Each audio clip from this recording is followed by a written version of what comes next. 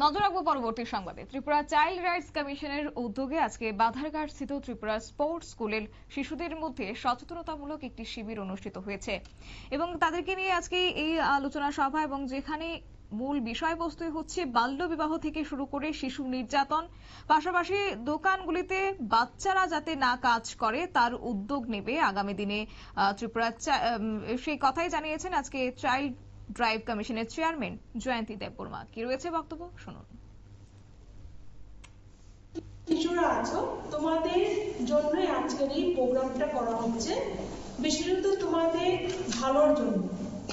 আর আমরা ত্রিপুরা শিশু সুরক্ষা অধিকার কমিশন প্রত্যেকটা জায়গায় তোমাদের মতো শিশুদের নিয়ে আমাদের কাজ।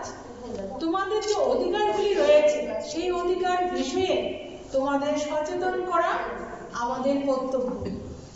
তাই 2007 সনে তোমরা বোধহয় নাম শুনেছ, NCPCR মানে national commission for protection of child rights, এবং TCPCR আমাদের ত্রিপুরা রাজ্যে SCPCR বলে এটাকে হয়েছে 2013 সনের 30 নভেম্বর। কেন তৈরি করা হয়েছে? যাতে তোমাদের মতো ছোট ছোট শিশুদের কোনোভাবেই যেন তোমাদের অধিকারগুলি লঙ্ঘিত না হয় এবং তোমরা যেন তোমাদের অধিকার বিষয়ে সচেতন হও, সেই বিষয়ে তদারকি করার জন্য এই কমিশন গঠিত হয়েছে।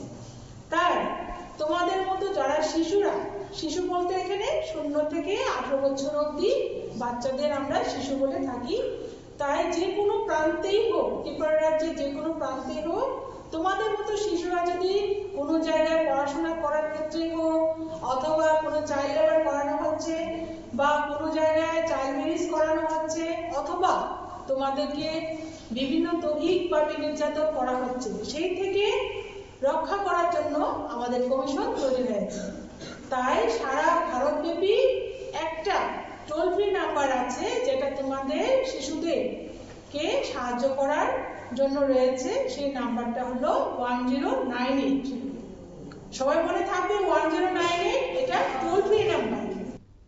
আপনারা শুনলেন চাইল্ড রাইটস কমিশনের চেয়ারম্যান জয়ন্তী দেববর্মার বক্তব্য। আজকে তাদের শিশুদেরকে নিয়ে একটি আলোচনা সভা করা হয়েছে এবং সেই সভাতে মূল বিষয়বস্তু যাতে করে বাল্য বিবাহ যেন বন্ধ করা যায় এবং শিশুদের নির্যাতন এবং পাশাপাশি শিশু শ্রম যাতে করে বন্ধ করা যায়, তাদের অধিকার যেন কোনোভাবেই খর্ব না হয়, সেই বিষয়টা তুলে ধরে আজকে তিনি বক্তব্য রেখেছেন। নিয়ে নিচ্ছে ছোট্ট একটি বিজ্ঞাপন বিরতির সঙ্গে থাকুন।